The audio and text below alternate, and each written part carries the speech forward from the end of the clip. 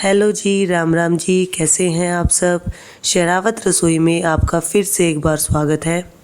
आज हम बनाने जा रहे हैं भिंडी की मसालेदार चटाकेदार सब्ज़ी। मेरे घर में तो ये सबको बहुत पसंद आई, साथ में मेरे बेटे की तो ये फेवरेट है। आई होप आप सबको भी ये पसंद आएगी। तो चलिए शुरू करते हैं। इसके लिए ली है मैंने भिंडी, प्याज, मिर्च, लहसुन और एक नींबू। मैंने ली है कढ़ाई जिसमें डाला है मैंने 5 से 6 चम्मच सरसों का तेल, जिसे गर्म होने के बाद मैंने उसमें डाला है जीरा।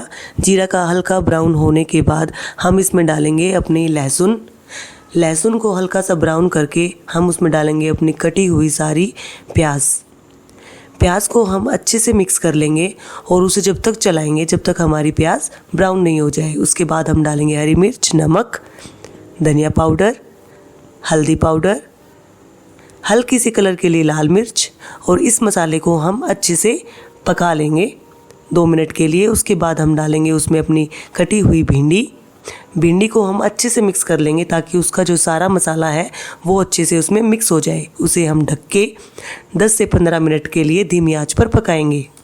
इसे हम बीच में चेक करेंगे कि कहीं हमारी सब्ज़ी लग तो नहीं गई है और इसे हम अच्छे से चलाएंगे। इसके बाद हम इसमें आधा नींबू डालेंगे खटास के लिए।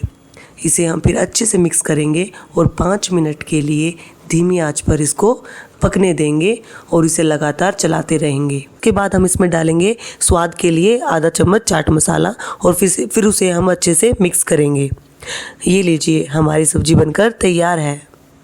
ये देखिए, हमारी चटाकेदार मसालेदार सूखी भिंडी बिल्कुल रेडी है खाने के लिए। अब इस वीडियो को लाइक करें, सब्सक्राइब करें और बेल आइकन दबाना ना भूलें। मिलते हैं नेक्स्ट वीडियो में। Bye bye.